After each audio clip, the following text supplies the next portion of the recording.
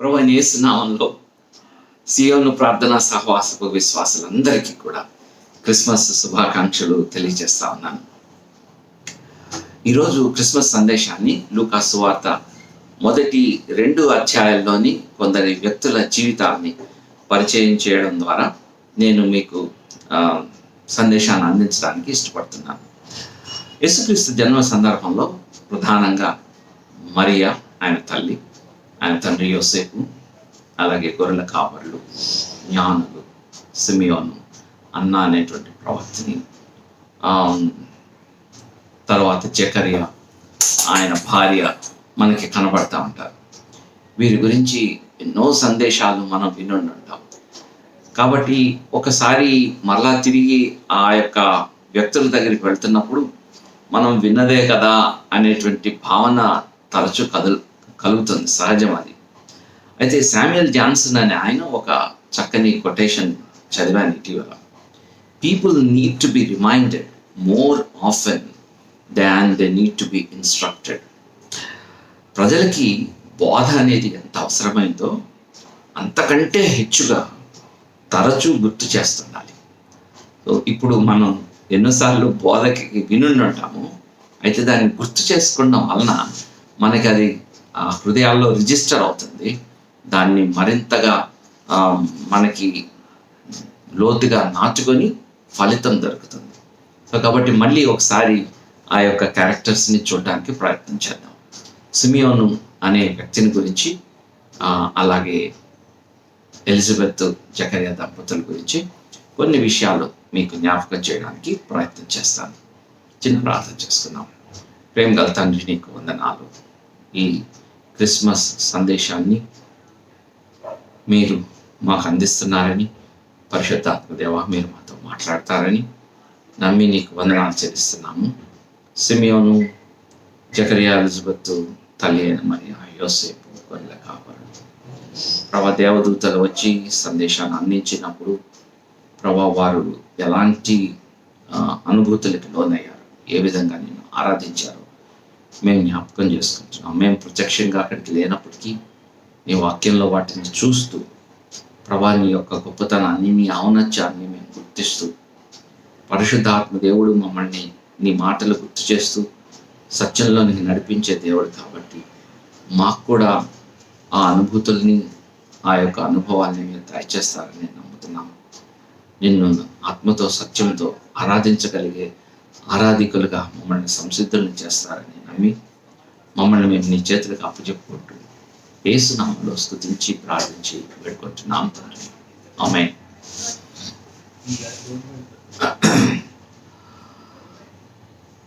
ఈ యొక్క శతాబ్దం మొదట్లో అంటే 1999 సంవత్సరం ముగించుకొని 2000 సంవత్సరం ఆరంభిస్తున్నప్పుడు చాలా గందరగోళాలు ఉన్నాయి.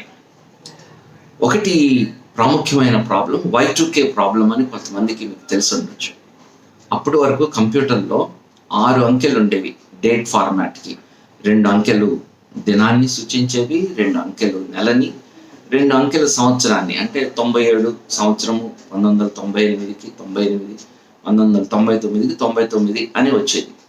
సో 2000 సంవత్సరం వచ్చేటప్పటికి 2 సున్నాలు రావాలి. కంప్యూటర్ ప్రోగ్రామ్ ప్రకారంగా నడిచేది, కానీ మనలాగా దానికి బుర్ర ఉండదు, బ్రెయిన్ ఉండదు. కాబట్టి అది 2 సున్నాలు వచ్చినప్పుడు అది 1900గా భావిస్తుందా 2000గా భావిస్తుందా అని మరి కంప్యూటర్ ఇంజనీర్లకి అంతుపట్టని విషయంగా మారింది. ఒకవేళ అది 1900గా భావిస్తే ఆ రోజులన్నీ మారిపోతాయి. సోమవారాలు మంగళవారాలు అవుతాయి, బుధవారాలు గురువారాలు అవుతుంటాయి. సో ప్రపంచ రవాణా వ్యవస్థ కానీ, సమాచార వ్యవస్థ కానీ, రక్షణకి సంబంధించిన విషయాలు కానీ అనేకమైన గందరగోళాలకి అది కారణమవుతుంది. సో కాబట్టి 1999లో కొన్ని వేల మంది ఇంజనీర్లు, వాస్తవానికి కొన్ని లక్షల మంది ప్రపంచవ్యాప్తంగా కంప్యూటర్లన్నిటినీ కూడా రీఫార్మాట్ చేశారు, డేట్ ఫార్మాట్స్ని మార్చారు. కానీ అది ఏమవుతుంది, కరెక్ట్గా మధ్యరాత్రి 1999 డిసెంబర్ 31 మధ్యరాత్రి 2000లోని ప్రవేశించినప్పుడు అందరూ ఊపిరి బిగబట్టి ఆ క్షణాల కోసం చూశారు. అదృష్టవశాత్తు ఆ యొక్క ప్రమాదాన్ని అధిగమించాం. అంతా సేఫ్గా ఉంది. కానీ అప్పుడు ఒక ఆలోచనకి నాంది పలికింది. మనము ఇలాగా చేయడాన్ని బట్టి, అంటే ముందు చూపు లేకుండా మనం డేట్ ఫార్మాట్ని పెట్టుకున్నాం కాబట్టి ఈ సమస్యలు వచ్చాయి. కాబట్టి ఎప్పుడైనా సరే మనం ఆయా పనులు చేస్తున్నప్పుడు మన యొక్క వ్యాపారాలు కానివ్వండి, పరిశ్రమలు కానివ్వండి, ప్రభుత్వాలు కానివ్వండి, లాంగ్ టర్మ్ ప్లాన్స్ అనేవి చాలా ప్రాముఖ్యమైనవి. మనం ముందుగా కొన్ని ప్రణాళికలు సిద్ధం చేసుకోవాలి అనేటువంటి ఒక వెలిగింపు కలిగింది. దాని గురించే లాంగ్ టర్మ్ ప్లాన్స్ స్టార్ట్ చేశారు. మన రాష్ట్రంలో నాటి ముఖ్యమంత్రి కూడా 2020 విజన్ అని ఎక్కువగా మాట్లాడుతుండేవారు. మీకు గుర్తుంటే ప్రభుత్వాలు, దేశాలు, అలాగే పరిశ్రమలు, వాణిజ్య సముదాయాలు అన్నీ కూడా దీర్ఘకాలిక ప్రణాళికలు వేసుకుంటూ వచ్చాయి. ఎక్కువ భాగం 2020ని ఒక ల్యాండ్ మార్క్గా పెట్టుకున్నాయి. మానవుని ప్రణాళికలు ఇలా కొనసాగుతుంటే 2020 ఏం జరిగిందో మనకు తెలిసింది. జనవరి నాటికి ఒక దేశం నుంచి ఒక దేశం, చైనా నుంచి స్పెయిన్కి, లేకపోతే ఇటలీకి, అలాగా కొన్ని దేశాలకి పాకింది. యూరోప్ అంతటికి వచ్చింది. ఆ తర్వాత మరిన్ని దేశాలకు వ్యాప్తి చెంది మార్చికి వచ్చేటప్పటికి భారతదేశానికి వచ్చింది. లాక్డౌన్ ప్రకటించారు. సో ఎంతో తీవ్రమైనటువంటి ఆర్థికమైన నష్టాలకి ప్రపంచం గురైంది. చాలామంది, వేల మంది, లక్షలాది మంది ప్రపంచవ్యాప్తంగా చూస్తే తమ ఉద్యోగాలు కోల్పోయారు, ఉపాధిని పోగొట్టుకున్నారు, పరిశ్రమలు మూతపడ్డాయి, విద్యా సంవత్సరాలు నష్టపోయే పరిస్థితులు ఉన్నాయి, ప్రయాణాలు ఆగిపోయినాయి, టూరిజం ఆగిపోయింది. అలాగే చాలా శుభకార్యాలు కూడా వాయిదా పడొచ్చాయి. ప్రజల ఆశలు ఒక రకంగా చూస్తే అడియాసలైనవి. నిరాశ, నిస్పృహ, నిరుత్సాహం, నైరాశ్యం, ఇవి మనకి మిగిలినవి పర్యాయ పదాలు అయినప్పటికీ కూడా వీఆర్ డిసప్పాయింటెడ్ థరోలీ. ఎన్నో అనుకున్నారు, ఎన్నో చేయాలనుకున్నారు, సమీక్షించుకోవాలి, మరింత ముందుకెళ్ళాలి, అభివృద్ధి చెందాలి అని ప్రభుత్వాలు, దేశాలు భావించాయి. కానీ అవన్నీ కూడా అటకెక్కిన పరిస్థితులు కనబడుతున్నాయి. మనుగడ మాత్రమే చాలా ప్రాముఖ్యమైనది. ప్రయారిటీస్ మారిపోయినాయి. వ్యాక్సిన్ కావాలని అన్ని దేశాలు తమ శక్తియుక్తులు ఒడ్డి మరి దాన్ని తయారీలో తలమునకలై ఉన్నట్లు మనం చూస్తూ ఉంటున్నాం. ఇది డిసప్పాయింట్మెంట్కి ఒక పెద్ద ఎగ్జాంపుల్గా మనం చూడొచ్చు. అయితే నేను ఇంకొక పీరియడ్ నేను మీకు జ్ఞాపకం చేయాలని ఇష్టపడుతున్నాను. అది యేసుక్రీస్తు జన్మించే దినాలు సందర్భం. ఇశ్రాయేలీల ప్రజల జీవితాలు తీవ్రమైన డిసప్పాయింట్మెంట్లో ఉన్నాయి. ఎంతో నిరాశకి, నిస్పృహకి గురైనటువంటి దినాలు అవి. ఎందుకంటే ఇశ్రాయేలీల జీవితంలో కేంద్ర స్థానం, సెంట్రల్గా దేవుడు ఉండేవాడు. దేవుడు వాళ్ళని పిలుచుకున్నాడు, విమోచించాడు, బానిసత్వాన్ని నుంచి విడిపించాడు, ఒక దేశాన్ని వాళ్ళకి ఇచ్చాడు, వాళ్ళకి ధర్మశాస్త్రాన్ని ఇచ్చాడు, వాళ్ళకి అన్ని రీతిలుగా వాళ్ళ జీవన విధానంలో చూస్తే ఆయన కీలకమైన స్థానం. ఆయన వాళ్ళకి రాజుల్ని ఇచ్చాడు, న్యాయాధిపతుల్ని ఇచ్చాడు, ప్రవక్తలను ఇచ్చాడు, ఆయన మాటల్ని తెలియచేస్తుండేవాడు, ధర్మశాస్త్రం ద్వారా జీవన విధానాన్ని నేర్పించాడు. అలాంటి దేవుడు మరి వాళ్ళతోటి మాట్లాడడం మానేశాడు. వాళ్ళు చెరలోకి వెళ్ళి మళ్ళీ బయటకు వచ్చారు. ఎజ్రా, నెహెమ్యా కాలంలో కొంతమంది యెరూషలేములో ప్రవేశించారు. మాతృదేశంలోకి అయితే వచ్చారు, కానీ వాళ్ళకి బానిసత్వం పోలేదు, పరాయి పాలనలో ఉన్నారు. మలాకి వాళ్ళకి చివరి ప్రవక్త. ఆ తర్వాత 420 సంవత్సరాలు, ఒకటి కాదు రెండు కాదండి, దయచేసి జాగ్రత్తగా వినండి, 400 సంవత్సరాలు పైగా దైవ వాక్కు ప్రత్యక్షత వాళ్ళకి లేదు. దేవుడు మాట్లాడుతున్నట్టు కనపడలేదు. దేవుడు విడిచిపెట్టాడా అనేటువంటి ఒక భయానికి, ఆందోళనకి లోనవుతున్నటువంటి దినాల్లో వాళ్ళు ఉన్నారు. అలాంటి సందర్భంలో మరొక పక్కన చూస్తే రోమా ప్రభుత్వం చాలా కఠినమైనటువంటి ప్రభుత్వం. ఎన్నో తేడాలు ఉన్నాయి వాళ్ళకి. రోమా సంస్కృతి వేరు, యూదుల సంస్కృతి వేరు, వారి ఆహారపు అలవాట్లు వేరు, వీరి ఆహారపు అలవాట్లు వేరు, వాళ్ళ విశ్వాసం వేరు, వీళ్ళ విశ్వాసం వేరు. ఇది అన్నిటికీ ఒక ఎత్తు అయితే అసలు పరిపాలనా విధానం చూస్తే స్వేచ్ఛ లేనటువంటి జీవితం. యూదులు ఎంతగా నిరాశలో ఉన్నారంటే, ప్రియమైన సహోదరుడు, ఒక్క మాట, మనకి ఒక్క సంవత్సరం పరిస్థితులు బాగాలేకపోతే ఎంత డిసప్పాయింట్మెంట్ ఉన్నాం. అయితే యూదులు 400 సంవత్సరాలు పైగా, అంటే 10-15 తరాలు గతించిపోయాయి, కానీ వాళ్ళ పరిస్థితుల్లో మార్పు లేదు. అన్నిటికంటే వాళ్ళకి నిరుత్సాహాన్ని కలిగించింది దేవుడు మాట్లాడటం లేదు. అలాంటి పరిస్థితుల్లో మరి వాళ్ళు ఉంటున్నప్పుడు ఒక మనిషి ఉన్నాడు. లూకాసు వార్త 2వ అధ్యాయాన్ని మనం చూస్తే ఆయన పేరు సిమియోన్. ఆయన యొక్క పరిచయం ఎలా ఉంది చదువుతాను నేను. లూకాసు వార్త 2వ అధ్యాయం 25వ వచనం. యెరూషలేమునందు సిమియోన్ అను ఒక మనుష్యుడు ఉండేది. వాట్ ఎన్ ఇంట్రడక్షన్ కదా, ఎంత చక్కగా పరిశుద్ధ దేవుడు పరిచయం చేస్తున్నాడు. యెరూషలేములో చాలామంది ఇశ్రాయేలీయులు ఉన్నారు, చాలామంది ఉన్నారు. కానీ ఒక్క మనుషుడు ఉన్నాడు, ఆయన పేరు సిమియోన్. ఆయన పరిచయం చేస్తున్నారు. అంటే వాళ్ళందరికీ కూడా వేరుగా ఒక ప్రత్యేకమైనటువంటి వ్యక్తిగా ఉన్నాడు అని ఆయన గురించి పరిచయం చేస్తూ ఉంటున్నాడు. ఆయనకి ఎందుకు అంత ప్రత్యేకంగా చెప్తున్నాడు అంటే బహుశా ఇశ్రాయేలీయుల యొక్క ఎక్స్పెక్టేషన్స్, అంటే ఇశ్రాయేలీయుల యొక్క ఆకాంక్షలకు సిమియోను యొక్క ఆకాంక్షలకు తేడా ఉంది. వారు ఒక మెస్సియా కోసం కనిపెడతా ఉన్నారు. కళ్ళు కాయలు కాచేటట్లుగా ఇశ్రాయేలీయులు ఎదురు చూస్తూ ఉన్నారు. వారి ఉద్దేశం ఏంటంటే ఆ మెస్సియా రావాలి, మాకు స్వేచ్ఛని స్వాతంత్రాన్ని ఇవ్వాలి. గతంలో దావీదు రాజ్యం ఎలా ఉందో, ఆయన ఎంత పరాక్రమవంతుడో, అనేకం అయిన రాజ్యాలు సామంత రాజ్యాలుగా అయ్యారు, సామ్రాజ్యం విస్తరించింది. ఆయన కుమారుడు సొలొమోను సుభిక్షమైన కాలంలో మందిరాన్ని కట్టించాడు. సో అలాంటి రోజుల కోసం వాళ్ళు అరులు చేస్తూ ఉన్నారు, ఎదురు చూస్తూ ఉన్నారు. మెస్సయ్య ఎప్పుడు వస్తాడు, ఆయన ఎప్పుడు విడుదల కలుగు చేస్తాడు, రోమా సామ్రాజ్యాన్ని ఎప్పుడు పడద్రోస్తాడు అనేటువంటి ఆలోచనలతోటి వాళ్ళు ఉన్నారు. అయితే లూకా 2:25లో యెరూషలేమునందు సిమియోను అనే ఒక మనుషుడు ఉన్నాడు. ఏంటి ఆయన ప్రత్యేకత? అతడు నీతిమంతుడు, నంబర్ 1. నంబర్ 2, భక్తిపరుడు.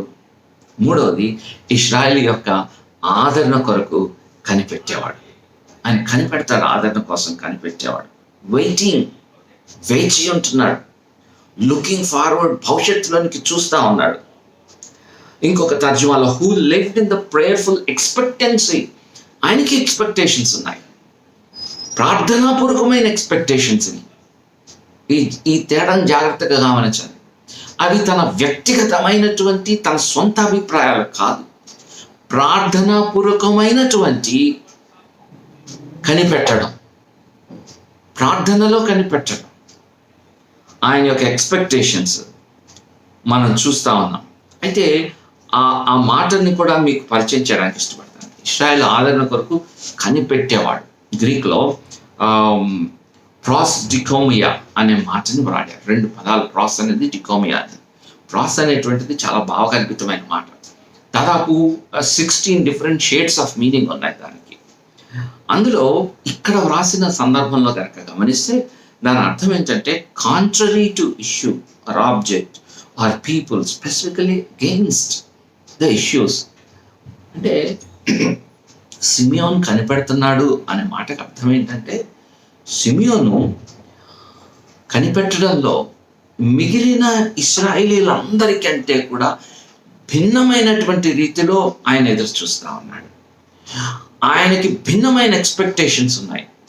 పాపులర్ ఎక్స్పెక్టేషన్స్ అంటాం, అనగా ప్రజాంగీకారానికి లేక ప్రజామోదం పొందినటువంటి ప్రజలందరూ కోరుకున్నటువంటి ఎక్స్పెక్టేషన్స్ ఏంటంటే మెస్సియా రావాలి, మమ్మల్ని విడిపించాలి, రోమాని పడద్రోయాలి.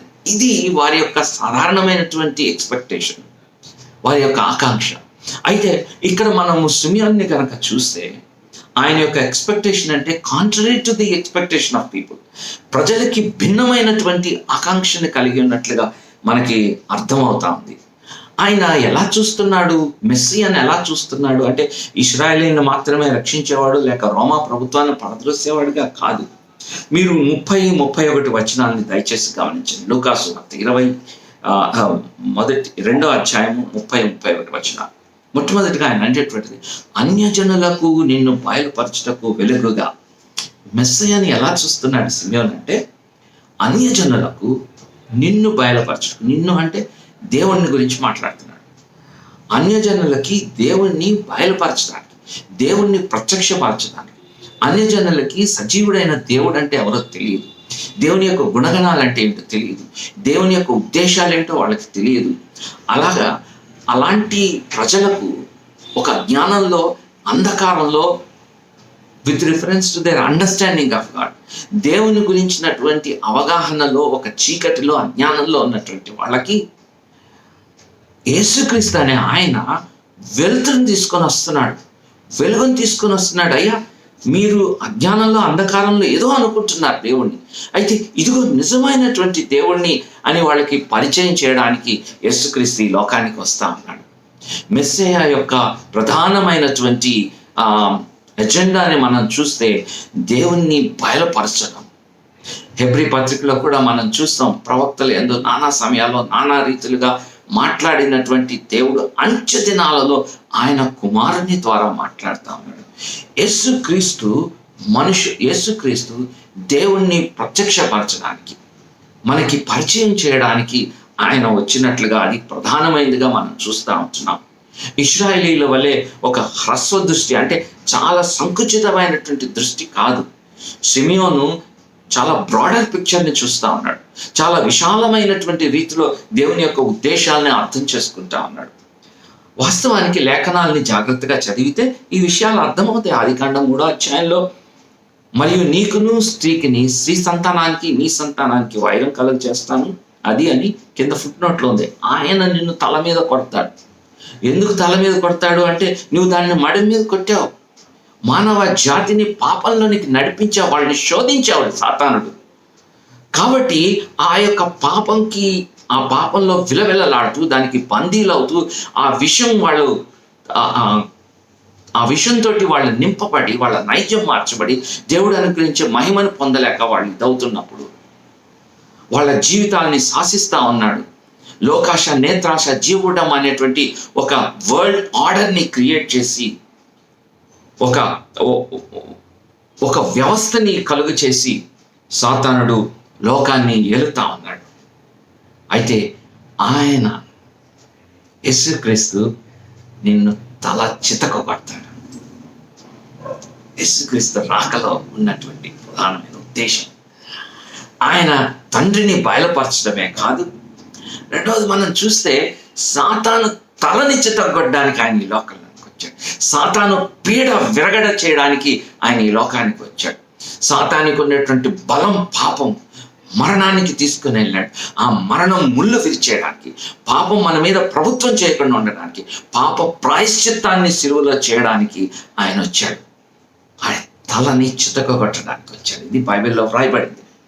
ఆదికాండం 12వ అధ్యాయంలో చూస్తే అబ్రహామిక్ కవెనెంట్ అంటాం, అబ్రహాము యొక్క నిబంధన మనం చూస్తే, భూమి యొక్క సమస్త వంశములు నీ యందు ఆశీర్వదించబడు. కానీ అబ్రహాం సంతానికి మాత్రమే కాదు ఆశీర్వాదాలు, ఆ యొక్క సంతానం ద్వారా భూమి అందున్న సమస్త వంశములు. సో దేవునికి ఎప్పుడు కూడా మనం చూసినప్పుడు it is all an inclusive plan అంటాం. అంటే ప్రజలందరి పక్షంగా ఆయన ఆలోచన చేస్తూ మనల్ని విడిపించాలని, విమోచించాలని ఆయన ఆలోచిస్తూ ఉంటున్నాడు. నాటి ఇశ్రాయేలీల వలె చాలా సంకుచితంగా అయినటువంటిది లేఖనాలు బోధించలేదు, వారి అవగాహన రాజ్యం అది. అయితే సిమియోను యొక్క దృష్టికోణాన్ని మనం చూస్తే, దైవ దర్శనం కలిగినటువంటి వాడు, దైవ చింతన కలిగినటువంటి వాడు, దైవ ప్రణాళికల్ని అర్థం చేసుకున్నాడు, దైవ ఉద్దేశాలను అర్థం చేసుకున్నాడు. అందుకనే ఆయన అంటున్నాడు, అన్యజనులకు నిన్ను బయలుపరచుటకు వెలుగుగా వచ్చాడు యేసుక్రీస్తు. అలాగే రెండో విషయం అంటాడు 30వ వచనంలోని, నీ ప్రజలైన ఇశ్రాయేలుకు మహిమగాను. అంత మాత్రం చేత ఇశ్రాయేలుని విడిచిపెట్టలేదు, వారి వాగ్దానాలు వారివి, వారి వంశంలో నుంచి ఆయన వస్తా ఉన్నాడు, సమస్తము వారివే పౌలు గారు అంటాడు రోమాపత్రికలో. సో కాబట్టి ఇశ్రాయేలుని విడిచిపెట్టడం లేదు ఆయన. ఒకానొక దినాన్ని యెరూషలేముని కేంద్రంగా చేసుకుని ఆయన ప్రపంచాన్ని పరిపాలించబోతున్నాడు. 7 ఏళ్ల పరిపాలనలో ఇశ్రాయేలీయులు తమ ఏదైతే పోగొట్టుకున్నారో, ఏ పరాయి పాలనలో మగ్గిపోతూ తమ మహిమని పోగొట్టుకున్నారో, తమ అవమానానికి పాలయ్యారో, వాటన్నిటి నుంచి తీసివేసి తిరిగి వారి యొక్క మహిమని, వారి యొక్క గొప్పతనాన్ని ఆయన పునరుద్ధరించబోతా ఉన్నాడు. నీ ప్రజలైన ఇశ్రాయేలుకు మహిమనిస్తాను అంటున్నాడు.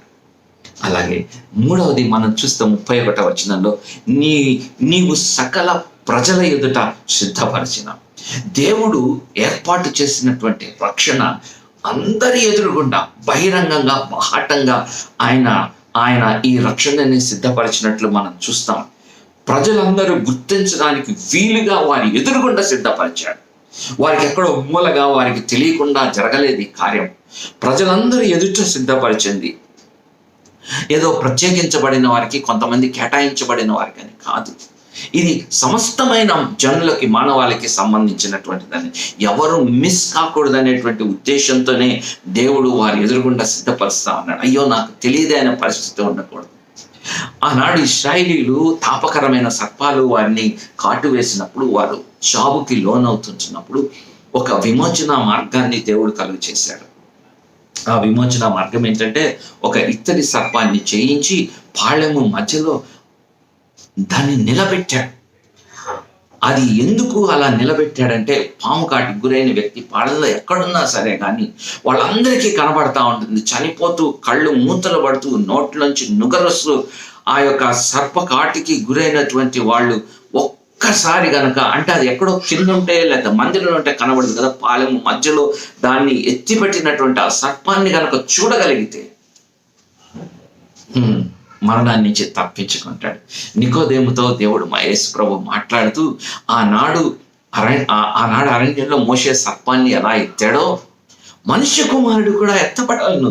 మనుష్య కుమారుని యొక్క రక్షణ కార్యము రహస్యమైనది, దాచబడినది. అది కేవలము కొందరి మాత్రమే, ప్రత్యేకించబడిన వారికి మాత్రమే కాదు, సకల ప్రజల ఎదుట సిద్ధపరిచి ఆయన శిలువ మీద వేలాడుతున్నాడు.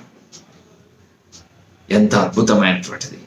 యేసు ప్రభు అందుకే అన్నాడు, ప్రయాసపడి భారం మోసుకొంచున్న వాళ్ళారా నా యొద్దకు రండి. It is open invitation, it is for everybody. ఈ సందేశం విచ్చినటువంటి ప్రియమైన సహోదరి సహోదరులు, నువ్వెవరో నాకు వ్యక్తిగతంగా తెలియకపోవచ్చు, కానీ ఒకటి, క్రిస్మస్ సందర్భంగా ఈ సందేశాన్ని వింటున్నావేమో, దేవుడు నీతో మాట్లాడుతున్నాడు. ఈ యొక్క రక్షణ అందరికీ సంబంధించింది. ప్రభువైన యేసుక్రీస్తుని విశ్వాసంతో చూసి, నేను పాపిని అని గుర్తించి ఆయనని ఆ పాప క్షమాపణ కోరినప్పుడు, నువ్వు నా కొరకు చనిపోయావు, నా పాపాన్ని ప్రాయశ్చిత్తం చేశావు ప్రభా అని ఎవరైతే ఆయన దగ్గరికి వస్తారో వారు దేవుని బిడ్డలు అవుతారు. దేవుని యొక్క నిత్య స్వాస్థ్యంలో పాల్పంపులు తీసుకుంటావు. సహోదరుడా, ప్రజలందరి ఎదుట సిద్ధపరిచినటువంటి ఈ యొక్క దానిని స్వీకరించడానికి నిన్ను అడ్డుకొట్టుంది ఏంటి? దయచేసి చేతులు జోడించి మనవి చేస్తున్నాను, ప్రభువైన యేసుక్రీస్తుని అంగీకరించి ఆ నిత్యరాజ్యంలోనికి ప్రవేశించు. ఆయన అంటాడు 32వ వచనంలో 4వ మాట, సిమియోను నీ రక్షణ నేను కన్నులారా చూచితిని అంటాడు. ఏం చూశాడండి కన్నులారా? ఆయన ఒక చిన్న బిడ్డని, శిశువుని చూశాడు. ఆ మరియ చేతుల నుంచి ఆ బిడ్డని తీసుకుని, నాథా సమాధానంతో పోనిస్తున్నావు అని చెబుతూ ఆయన అంటాడు. ఈ మాటలన్నీ చెప్తా ఉన్నాడు. యేసుక్రీస్తు బోధిస్తుంటే ఆయన వినలేదు, యేసుక్రీస్తు అద్భుతాలను చూడలేదు, యేసుక్రీస్తు సూచక్రియలను చూడలేదు. కానీ ఆ బిడ్డని చేతిలో పెట్టుకొని ఆయన అంటున్నాడు, సర్వజనుల ఎదుట సిద్ధపరిచినటువంటి నీ రక్షణ, నీ ప్రణాళికలు, నీ ఉద్దేశాలు, నీ ప్రేమని, నీ కృపని, దీని అంతటినీ కూడా నేను కన్నులారా చూస్తున్నాను. జరగబోయేటువంటి సంగతులని, జరిగినటువంటి సంగతులు అన్నిటినీ కూడా అవగాహన అవుతున్నాయి ఆయనకి. ఆయన ప్రభువైన యేసుక్రీస్తుని, ఆ బిడ్డని చేతులెత్తి ఆరాధిస్తా ఉంటున్నాడు. ఆరాధనకు అవసరమైంది అదే. ప్రభువుని చూడగలిగితే ఆరాధించకుండా ఎలా ఉండగలము? అయితే నా ప్రశ్న ఏంటంటే, ఈ ఉదయకాలంలో యెరూషలేములో అన్ని వేల కొలది ఇశ్రాయేలీలు ఉన్నారు, యూదులు ఉన్నారు కదా, మరి వారెవ్వరూ చూడలేనటువంటిది సిమియోను ఒక్కడే ఎలా చూడగలిగాడు? ఆయన తర్వాత అక్కడ అన్న ప్రవక్త గురించి కూడా రాయబడుతుంది. ఆమె కూడా బయటకు వచ్చి ఇశ్రాయేలు విమోచన కొరకు కనిపెట్టే వారందరితో కూడా ఆ గడిలోనే లోపలికి వచ్చి దేవుణ్ణి కొనియాడుతూ ఆమె కూడా మాట్లాడుతూ ఉంటుంది. ఎలా సాధ్యమైంది వీళ్ళిద్దరికీ? సిమియోను ఎలా సాధ్యమైంది అని మనం చూస్తే కనుక, ఇశ్రాయేలీల వలె, మిగిలిన వారి వలె డిసప్పాయింట్మెంట్కి గురి అవటంలా, నిరాశకి నిస్పృహకి గురి అవటం లేదు, కానీ దేవుణ్ణి గుర్తిస్తా ఉన్నారు. ఆయన ఐడెంటిఫై చేశాడు. ఒక చిన్న బిడ్డ, మామూలుగా ఇద్దరు తల్లిదండ్రులు వచ్చి తమ బిడ్డను తీసుకొని వెళ్తుంటే how can they recognise Jesus? That's something wonderful my dear friends. Please grab that message. ఈ సందేశాన్ని మీరు తీసుకోనండి. దేవుడు మాట్లాడుతూ ఉంటున్నాడు. ఇతరులు ఎవ్వరూ చూడనటువంటిది సిమియోను చూడగలగడానికి కారణం ఏంటంటే అక్కడ రాయబడి ఉంది, పరిశుద్ధాత్మ అతని మీద ఉంది. నంబర్ 1. రెండవది, అతడు ప్రభు యొక్క క్రీస్తును చూడక మునుపు మరణము పొందడని అతనికి పరిశుద్ధాత్మ చేత బయలుపరచబడింది. మూడవది, ఆత్మవశుడై అతడు దేవాలయంలోనికి వచ్చాను. 3 సార్లు పరిశుద్ధాత్మని గురించి మెన్షన్ చేయబడింది. అంటే దేవుని యొక్క సాన్నిహిత్యం మనకి కనబడుతుంది. దేవునితో ఎంత సమీపంగా ఉన్నాడో అర్థమవుతుంది. నిజమే, 400 సంవత్సరాల నుంచి దేవుడు మాట్లాడటం లేదు సామాన్య ప్రజానీకంతో. అలాంటి క్లిష్ట సమయంలో దేవుడు మౌనంగా ఉన్నటువంటి సందర్భాల్లో, దేవుడు బహిరంగంగా మాట్లాడనటువంటి రోజుల్లో సైతము సిమియోను గురించి వ్రాయబడినటువంటి మాట ఏంటంటే పరిశుద్ధాత్మ అతనికి బయలుపరుస్తా ఉన్నాడండి.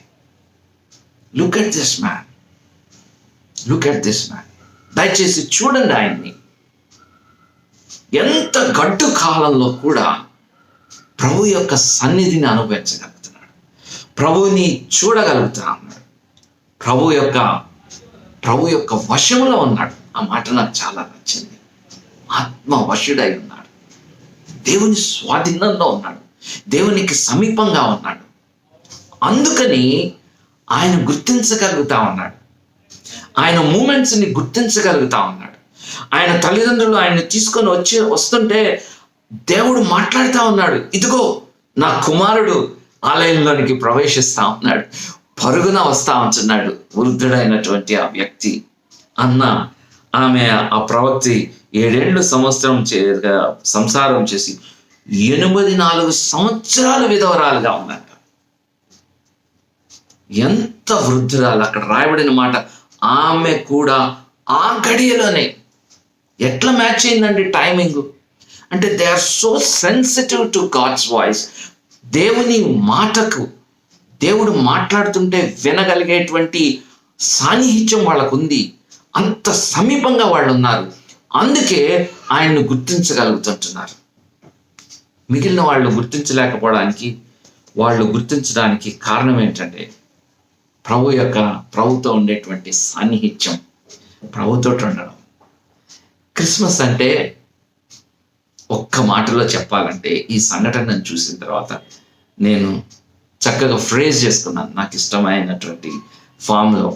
Christmas is recognising Jesus. Christmas is recognising Jesus, his plans and purposes. Christmas is less of me, my plans, my aspirations, and more of Jesus. Christmas అంటే సిమియోన్ మనతో మాట్లాడుతున్నాడు. అయ్యా, నా ప్రణాళికలు, నా ఆస్పిరేషన్స్, నా ఆకాంక్షలు కదా. ఇశ్రాయేలీలకి వారి ఆకాంక్షలు ఉన్నాయి. మెస్సీ అంటే ఇలా ఉండాలి, అలా ఉండాలి అని అనుకుంటా ఉన్నారు. అందుకే వాళ్ళ యొక్క దృక్పథం నుంచి చూస్తున్నారు. కాబట్టే ప్రభువుని గుర్తించలేకపోయారు. వారి మధ్యలోనికి వచ్చి దేవదూతలు మాట్లాడినా సరే, ఈరోజు దేవుడు నీతో మాట్లాడుతూ ఉంటున్నాడు. అనేక మంది భక్తులు నీతో మాట్లాడుతూ ఉండొచ్చు, దేవుని సందేశం నీ దగ్గరికి వస్తూ ఉండొచ్చు. కానీ నీ యొక్క ఆస్పిరేషన్స్, నీ యొక్క ఉద్దేశాలు కేంద్రీకృతమైన జీవితం ఉన్నంతసేపు ప్రభువుని గుర్తించలేవు సుమా. ప్రమాదకరమైన స్థితి అది. అయితే ప్రభుతో సాన్నిహిత్యాన్ని కోరుకున్నటువంటి వ్యక్తులు, ప్రభు యొక్క వశములో ఉన్నటువంటి వారు తమ సొంత అభిప్రాయాలు, సొంత ఆస్పిరేషన్స్, సొంత ప్రణాళికలు కాదు, ప్రభు పైన ఆనుకొని ఆయన వశమై, నీ బిడ్డలము, నీ యొక్క ప్రణాళికలే నా ప్రణాళికలు, నీ ఆస్పిరేషన్సే నా ఆస్పిరేషన్స్ అనుకొని ఆయనకి సమీపంగా జరిగినటువంటి వాళ్ళు ఆయన సుస్పష్టంగా గుర్తిస్తారు. సిమియోను మనందరితోటి మాట్లాడుతూ ఉంటున్నాడు. Christmas is recognising Jesus. Christmas అంటే డ్యాన్స్లు వేయడం, క్రిస్మస్ అంటే పండగ చేసుకున్నాం, క్రిస్మస్ అంటే నేను వాటిని నెగిటివ్గా మాట్లాడటం లేదు. కానీ చాలా విచారకరమైన విషయం ఏంటంటే క్రిస్మస్ అంటే యేసుక్రీస్తుని చూడగలగడం, యేసుక్రీస్తు పాదాలు ఎదురుగుండా సాగిలపడడం, యేసుక్రీస్తు యొక్క ఉద్దేశాలను అర్థం చేసుకున్నాం, యేసుక్రీస్తు ఆకాంక్షలకు అనుగుణంగా నడవడం, ఆయన వశమై ఉండడం. మనుషులు ఎవరి వశంలో ఉన్నారో అర్థం కావట్లా. ఒళ్ళు తెలియనటువంటి డ్యాన్సులు, ఒళ్ళు తెలియనటువంటి పనులు చేస్తూ ఉన్నారు. దేవుని వశములో ఉండి దేవుని దర్శనం చూడటమే నిజమైన క్రిస్మస్. యేసుక్రీస్తుని కలిగి ఉండడమే క్రిస్మస్. యేసుక్రీస్తు నా కోసం వచ్చాడు అని గుర్తించి ఆయనను అంగీకరించడమే నిజమైన క్రిస్మస్. సహోదరి సహోదరుడా, ఇవి జరగకుండా ఉంటే మిగిలిన ఇశ్రాయేలీలకి నీకు తేడా లేదు. You will miss him. ఆయనని పోగొట్టుకుంటాము, తప్పిపోయిన జాబితాల్లోనికి వెళ్ళిపోతాము. కాబట్టి దయచేసి జాగ్రత్తగా గమనించండి. సాధారణంగా ఆయన్ని గుర్తించడానికి కారణం ఏంటంటే డిసప్పాయింట్మెంట్, నిరాశను గురించి నేను మాట్లాడాను మొదట్లో. నిరాశ ఎప్పుడు కూడా disappointment focuses on the outcome అంటాడు ఒక ఆయన. అంటే ఆ ఫలితాల వైపే చూస్తూ ఉంటుంది నిరాశ అనేది, కానీ ఆ ఫలితాలకి బియాండ్ చూడదు కదా. ఒక వ్యక్తి ఉంటాడండి, నేను ఈ టైంకి నా డిగ్రీ కంప్లీట్ అవుతుంది, ఈ సంవత్సరానికల్లా నేను ఉద్యోగం సంపాదించుకుంటాను, ఆ 2 సంవత్సరాలకు పెళ్లి చేసుకుంటాను. సో నీ ఆస్పిరేషన్స్ మంచిదే, ఆకాంక్షలు ఉంటాయి, ప్రణాళికలు ఉంటాయి. కానీ ఆ ప్రణాళిక ప్రకారంగా నీకు ఉద్యోగం రాలేదనుకోండి, ఇక డిసప్పాయింట్మెంట్ అనేది స్టార్ట్ అవుతుంది. డిసప్పాయింట్మెంట్ ఎందుకు వస్తుంది? ఉద్యోగం రాలేదు. So you are focusing on that point.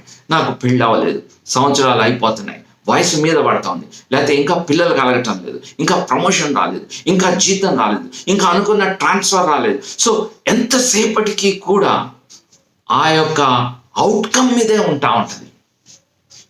కానీ do you know one thing?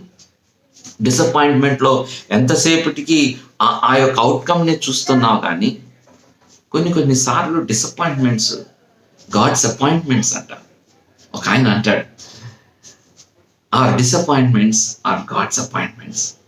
అంటే నిరాశలో కూడా దేవుడు నిరాశని నీ జీవితాన్ని మరల్చడానికి, ఒక యూటర్న్ తీసుకోవడానికి దేవుడు దాన్ని మలచగలడు, ప్రొవైడెడ్ మనము ఆ అవుట్కమ్ని కాదు కానీ దేవుణ్ణి చూడగలిగితే అద్భుతంగా కనబడుతుంది మన జీవితం. నేను ఒక చిన్న ఎగ్జాంపుల్ ఇచ్చి ముందుకెళ్తాను. మీకు సౌలు గురించి తెలుసు కదా, 1 సమూయేలు 9వ అధ్యాయంలో రాస్తారు ఆయన గురించి. ఆయన ఇంట్రడక్షన్, కీషు కుమారుడైనటువంటి సౌలు. ఆ కీషు గారికి చాలా గార్ధబాలు ఉన్నాయి. ఆ గార్ధబాలు తప్పిపోతాయి. ఆ రోజుల్లో ఆస్తి అదే వాళ్ళకి, అంటే మనకి ట్రావెల్కి, బరువులు మోయడానికి, అన్నిటికీ వాడుకుంటాం. లారీలాగా ఇప్పుడు ఆయనకి 4 లారీలు ఉండొచ్చు, 10 లారీలు ఉండొచ్చు, చాలా సంపద ఉన్న వాళ్ళకి కదా నంబర్ ఆఫ్ వెహికల్స్ ఉంటాయి. అట్లనే మనం చూసినప్పుడు మరి సౌలు యొక్క ఆయన యొక్క ఆస్తి కీషుకి గార్ధబాలు అవి మిస్ అయిపోయినప్పుడు న్యాచురల్గా వరి అవుతారు, టెన్షన్ గురయ్యారు. సో కాబట్టి కొడుకుకి అప్పచెప్పాడు ఆ బాధ్యతని, వెళ్ళి అక్కడ ఉన్నాయి చూసి దాన్ని ట్రేస్ అవుట్ చేసి తీసుకురండి అని. సో కలిసి ఆయన దాసుల్లో కొంతమందిని తీసి, మన దాసుల్లో కొంతని ఒకరిని తీసుకొని వెళ్ళి ఎతకడం మొదలు పెట్టారు. అక్కడ 9వ అధ్యాయంలో మీరు చూస్తే అతడు పోయి, సౌలు వెళ్ళాడు, అరే తమకున్నటువంటి ఆ సంపదని పోగొట్టుకున్నారు, ఆ గార్ధబాలు ఎక్కడ పోయినాయో చాలా డిసప్పాయింటెడ్గా నిరాశగా ఉన్నారు వాళ్ళు. సో వెళ్ళి ఎఫ్రాయిము మన్యము తిరిగి శాలిని దేశమున సంచరించగా, సో వాళ్ళు వెళ్ళి ఈ డైరెక్షన్లో వెళ్ళుండొచ్చు అని ఒక ఆలోచనతో అక్కడికి వెళ్ళి ఒక స్ట్రాటజీ ప్రకారంగా ఎతుకుతున్నారు. ఎఫ్రాయిం మన్యం అంతా తిరిగారండి. ఆ తర్వాత శాలిని దేశమున సంచరించగా అది కనబడలేదు. At the end of the day రోజంతా ఎతుకుతారు, వచ్చిన తర్వాత అది ఎక్కడ పోయినాయి. So he's filled with disappointment. అయిపోయింది, ఆ 2 ప్రదేశాలు అయిపోయినాయి. మళ్ళీ మీరు రండి కిందకి. తర్వాత వారు షైలీము దేశమును దాటి సంచారం చేశారు. షైలీం అనే దేశానికి వచ్చారు. దాన్ని దాటి కూడా, దాని బౌండరీస్ దాటి కూడా అక్కడంతా కూడా ఎతికారు, కానీ సంచారం చేశారు, తిరిగారు, ఎక్కడా రెస్ట్ తీసుకోలేదు, తిరుగుతా ఉన్నారు ఎక్కడున్నాయని, దొరకలేదు. ఆ తర్వాత బెన్యామీనీల దేశమున సంచరించి చూడగా అవి దొరకలేదు. అక్కడికి వెళ్ళారు, అక్కడ కూడా దొరకలేదు. యూ కెన్ ఇమాజిన్, రోజులు గడిచే కొద్దీ వాళ్ళు తిరుగుతా అలసిపోతా ఉన్నారు కానీ కనపడలేదు. ఎంత డిసప్పాయింట్మెంట్, ఎంత నిరాశ వాళ్ళకి ఉంటుందో కదా. అబ్బా ఇక్కడ కూడా లేవురా అనుకొని విచారంగా ఉన్నారు.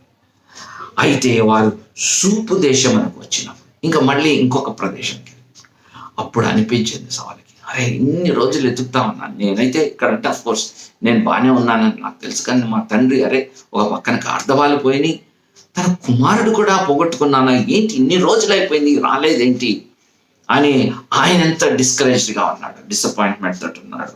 అందుకని మన తండ్రి విచారపడినేమో అని చెప్పి సౌలు తన దగ్గర ఉన్న పనివాడితో అని విల్ గో బ్యాక్, అయిపోయింది దొరకవు, ఇంకా ఏం చేస్తాం మనం, కనీసం మా నాన్న ఏమన్నా దిగులు పెట్టుకున్నాడేమో పోదామా అని వెళ్ళినప్పుడు ఆ సేవకుడు ఒక మాట అంటాడు, సరే వెళ్ళిపోదాం, డిస్కరేజ్ అయ్యాము, డిసప్పాయింట్ అయ్యాము, చాలా నిరాశ నిస్పృహాలుగా ఉన్నాయి, కానీ ఎందుకో నాకు ఒక చిన్న ఇన్ఫర్మేషన్ ఉంది నా దగ్గర. అది ఏంటంటే ఇక్కడ ఒక దైవజనుడు ఉన్నాడు, ఆ దైవజనుడి దగ్గరికి వెళ్ళి అడిగితే ఎలా ఉంటుంది అంటే, in the midst of disappointments, ఆ నిరాశ నిస్పృహల మధ్యలో దేవుణ్ణి అడగాలి అనేటువంటి ఒక ఆలోచన చూసారా, అద్భుతం. ఆయన దగ్గరికి వెళ్ళి అడుగుదాం అని అనుకున్నారు సమయాల దగ్గరికి.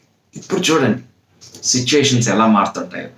ఆ వచనాలు చదివితే నాకు భలే అనిపిస్తుంది. 10వ వచనం, మొదటి సమయం 9వ అధ్యాయం 10 నుంచి వచ్చి వాళ్ళకి ఒక కన్యకలు ఎదురునే కనపడతారు. అక్కడ అడుగుతారు వాడిని, తమకు కనబడినప్పుడు ఇక్కడ ఏమండి దీర్ఘదర్శి ఉన్నాడా అంటే, ఫ్యూచర్ని చెప్పేవాడు, భవిష్యత్తుని చెప్పేవాడు ఆయన ఉన్నాడా అంటే, అప్పుడు వాళ్ళు అంటారు 12వ వచనం, అందుకు వారు ఇదిగో అతడు మీ ఎదురునే ఉన్నాడు. మీరు ఎదుగుతున్నారు, గాడిద దొరకలేదు కానీ ఈయన ఎదుక్కుంటా వస్తే వాళ్ళు అంటారు ఇదిగో మీ ఎదురునే ఉన్నాడు, త్వరగా వెళ్ళి కలుసుకోండి, మళ్ళీ మీరు లేట్ చేస్తే మిస్ అవుతారేమో, త్వరగా పోయి కలుసుకోండి. చూడు నా తర్వాత మాట, ఈ దినాన్ని ఆయన ఈ రోజుకి ఊరికి వచ్చాడు అంటే ఆ టైమింగ్ చూసారా, ఈరోజే ఇక్కడికి వచ్చాడు. తర్వాత 13వ వచనం, ఊరికి మీరు పోయిన క్షణమందే, ఇంకా మీరు ఏం లేదు, జస్ట్ వెళ్తే జస్ట్ అలా కనబడతాడు అంతే. మీరు మిస్ చేశారంటే బహుశా ఆయన మళ్ళీ ఆ బలిని అర్పించడానికి ఉన్నత స్థలానికి వెళ్తారు, మళ్ళీ అప్పుడు చాలా కష్టం అయిపోద్ది మీరు ఆయన ఇది అవ్వడానికి. సో ఇక ఆ ఇన్ఫర్మేషన్ తోటి స్పీడ్గా వాళ్ళు వచ్చేసేసి అక్కడికి వెళ్ళేటప్పటికి 14వ వచనంలో వారి ఊరిలోనికి రాగా ఉన్నత స్థలానికి బయలుదేరి వెళ్ళిపోతున్నాడు ఆయన. సమయాలు గారు ఎదురుపడ్డాడు ఆయన. మనం ప్రయత్నం చేస్తున్నంతసేపు మనకి డిసప్పాయింట్మెంట్స్, నిరాశ ఉంటుంది. దేవుడి మీద ఆధారపడుతున్నప్పుడు కదా, కలిసి వస్తే ఏదో నడిసి కొడుకు ఎదురొచ్చాడంట ఒక సామెత ఉంది తెలియదు కదా. దేవుడు మనకి తోడుగా ఉంటే, దేవుని యొక్క ప్రణాళికలో మనం భాగమైతే చూడండి ఎలాగ జరుగుతూ ఉంటున్నాయో. సమూయేలు ఎదురుగుండా వచ్చాడు. అయితే ఇక్కడ చూడండి 15వ వచనంలో చూస్తే సమూయేలుకి ఏం చేశాడు, సమూయేలుని కూడా రెడీ చేశాడు దేవుడు. సౌలు అని అతను ఉన్నాడయ్యా, రేపు వస్తాడని అంతకు ముందు రోజే సమూయేలుని రెడీ చేశాడు. లేకపోతే సమూయేలుకి ఏం తెలుస్తుంది, ఏదో కలుసుకోవడానికి వచ్చారో వెళ్ళిపోయి ఉండేవాడు. కానీ సమూయేలుని ప్రిపేర్ చేశాడు, రేపు సమూయేలుకి ఇక్కడ వస్తాడు అని చెప్పి ఏం చేయాలో కూడా చేశాడు. నిన్ను అభిషేకించడానికి, అతన్ని రాజుగా చేయడానికి నేను చేశాను. ఇప్పుడు చెప్పండి, డిసప్పాయింట్మెంట్లో మునిగి వెనక్కి వెళ్ళిపోతే, ఆ గాడిదల మీదే ఫోకస్ ఉండుంటే బహుశా అలాగే ఉండిపోయాడు ఒక గాడిదలాగా. గాడిదల మించి ఫోకస్ పోయింది. ప్రభు వైపు చూశాడు సౌలు. ఆ దేశానికి రాజయ్యాడు. 2020 ముగిస్తున్నప్పుడు నువ్వు పోగొట్టుకున్న వాటిని గురించి చూడద్దు. నువ్వు పోగొట్టుకున్న బహుశా ఆరోగ్యం అవ్వచ్చు, ధనం అవ్వచ్చు, నీ ఉద్యోగం అవ్వచ్చు, నీ ఉపాధి అవ్వచ్చు, లేదా నీ పెళ్ళి పోస్ట్పోన్ అయి ఉండొచ్చు, నీకు కలగని బిడ్డల గురించి కదా. Disappointment always focuses on outcome. కానీ దానికి విరుగుడు సిమెయోన్ని చూస్తే మనం, ఇశ్రాయేలీలందరూ డిసప్పాయింట్మెంట్లో ఉన్నారు, కానీ ఆయన దేవుణ్ణి చూసినప్పుడు దేవుని యొక్క ఎక్స్పెక్టేషన్స్ ఏంటి, దేవుని యొక్క ప్రణాళిక ఏంటి, అది అర్థం చేసుకున్నప్పుడు ఆయన డిసప్పాయింట్మెంట్కి గురవ్వలేదు, కానీ ప్రభువుని కొనియాడుతా ఉన్నాడు. అన్న అనే ప్రవక్తని ఆ గడియలోనే, ఐ లైక్ దోస్ వర్డ్స్. ఆ టైమింగ్ చూడండి, ఆయనని మిస్ అవ్వకుండా తల్లిదండ్రుల ఆలయంలోకి తెస్తుంటే పరిశుద్ధాత్మ దేవుడు వాడిని చేశాడు, a going to the temple, పో తొందర. ఆ కడియలోనే ఎగ్జాక్ట్ టైమింగ్ మ్యాచ్ అయిపోయింది.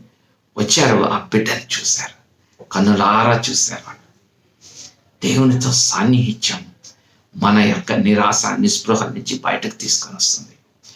ఆ నిరాశ నిస్పృహల నుంచి, తాత్కాలికమైన వాటి నుంచి బయటకు తీసుకురావడమే కాదు, కానీ ఆయన ఆయన ఉన్నతమైనటువంటి ప్రణాళికల్ని మనం అర్థం చేసుకోవడానికి, చూడగలగడానికి సహాయం చేస్తుంది. సో మళ్ళీ once again I say, Christmas is recognising Jesus, his plans and purposes. The less of me and more of Jesus. యేసుక్రీస్తుని చూడడమే నిజమైన క్రిస్మస్. సిమియోను అన్న ప్రవక్తిని మనకి అది నేర్పిస్తూ ఉంటున్నారు.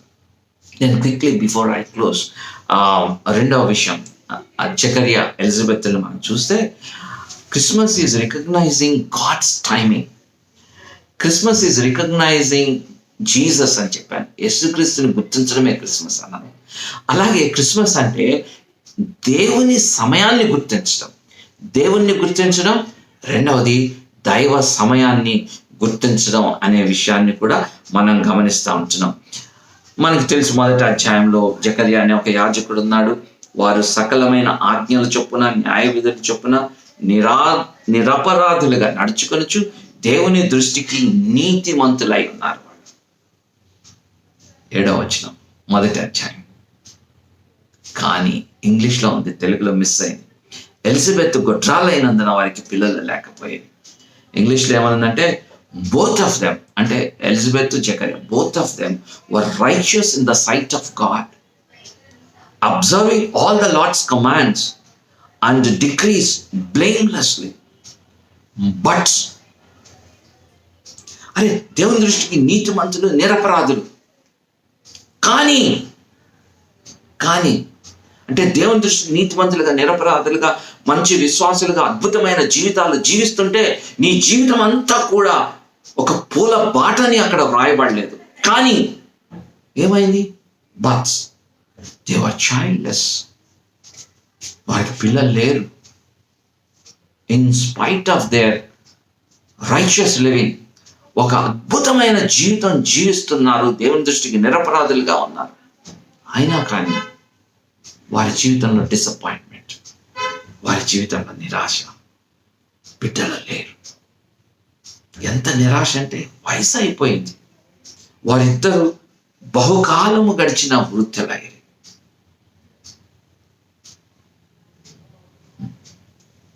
ఈ లోటు వారిని నిరాశపరచలేదు. It never disappointed them. ఎందుకంటే వారి ఆధ్యాత్మిక జీవితం మీద ప్రభావం చూపెట్టలేదు. జకరియా అనే పేరుకి అర్థం ఏంటో తెలుసా? జకరియా అన్న పేరుకి గాడ్ రిమెంబర్స్, దేవుడు జ్ఞాపకం చేసుకుంటాడు అని అర్థం, అంతే. కానీ వారి వాస్తవ జీవితాల్లో చూస్తే దేవుడు జ్ఞాపకం చేసుకున్నట్టుగానే ఉంది.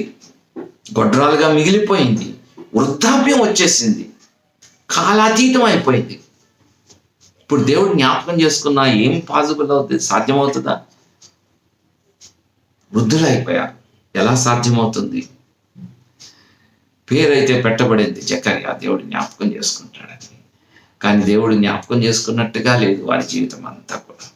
వారికి పిల్లలు లేరు, మరియు దీనికి తోడుగా బహుకాలం గడిచిన వృద్ధులయ్యారు. చాలాసార్లు ఇదే కదా మనతోటి మాట్లాడుతుంటారు.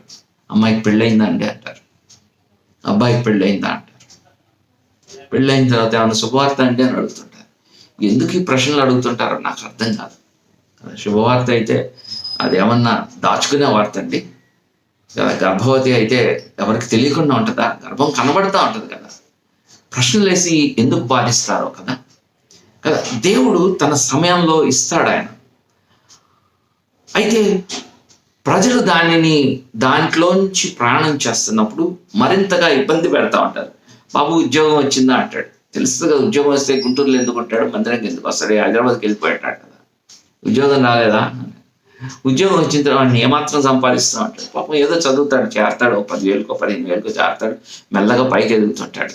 కానీ వారి సంపాదన గుర్తు చేసి కించపరచాలి. ఇలాంటి పరిస్థితులు మనం కనబడుతుంటాయి.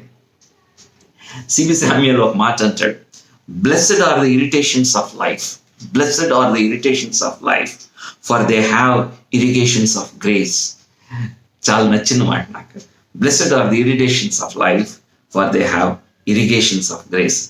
జీవితంలో చికాకులు కలిగిన వారు ధన్యులు, ఎందుకంటే వారు కృప అనే సాగునీటితో తృప్తిపరచబడతారు.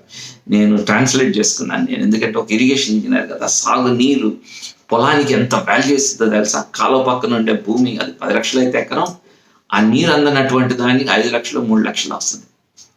సాగునీరుకి అంత వాల్యూ ఉంటుంది అన్నమాట కదా, ఆ యొక్క భూమికి అంత విలువ వస్తుంది. ఇరిగేషన్స్ ఆఫ్ గ్రేస్ అన్న మాటని మాట్లాడాడు సిబి శామ్యూయల్ గారు.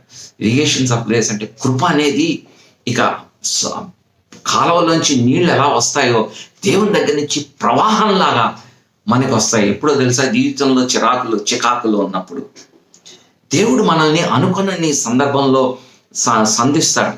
ఆలోచనాపూర్వకంగా, ఒక ఉద్దేశపూర్వకంగా తన ప్రత్యక్షతనిస్తాడు. చాలా సాధారణంగానే అనిపిస్తుంది. అక్కడ రాసిబడిన మాటలు ఏంటంటే, జకర్యా తన తరగతి క్రమం చొప్పుని, అంటే అది ఒక రొటీన్ జాబ్, అంటే వాళ్ళకి టర్మ్స్ ఉంటాయి, ఆ యొక్క టర్న్స్ ప్రకారంగా ఆ క్రమం చొప్పున యాజక ధర్మం జరిగిస్తూ ఉన్నాడు ఆయన.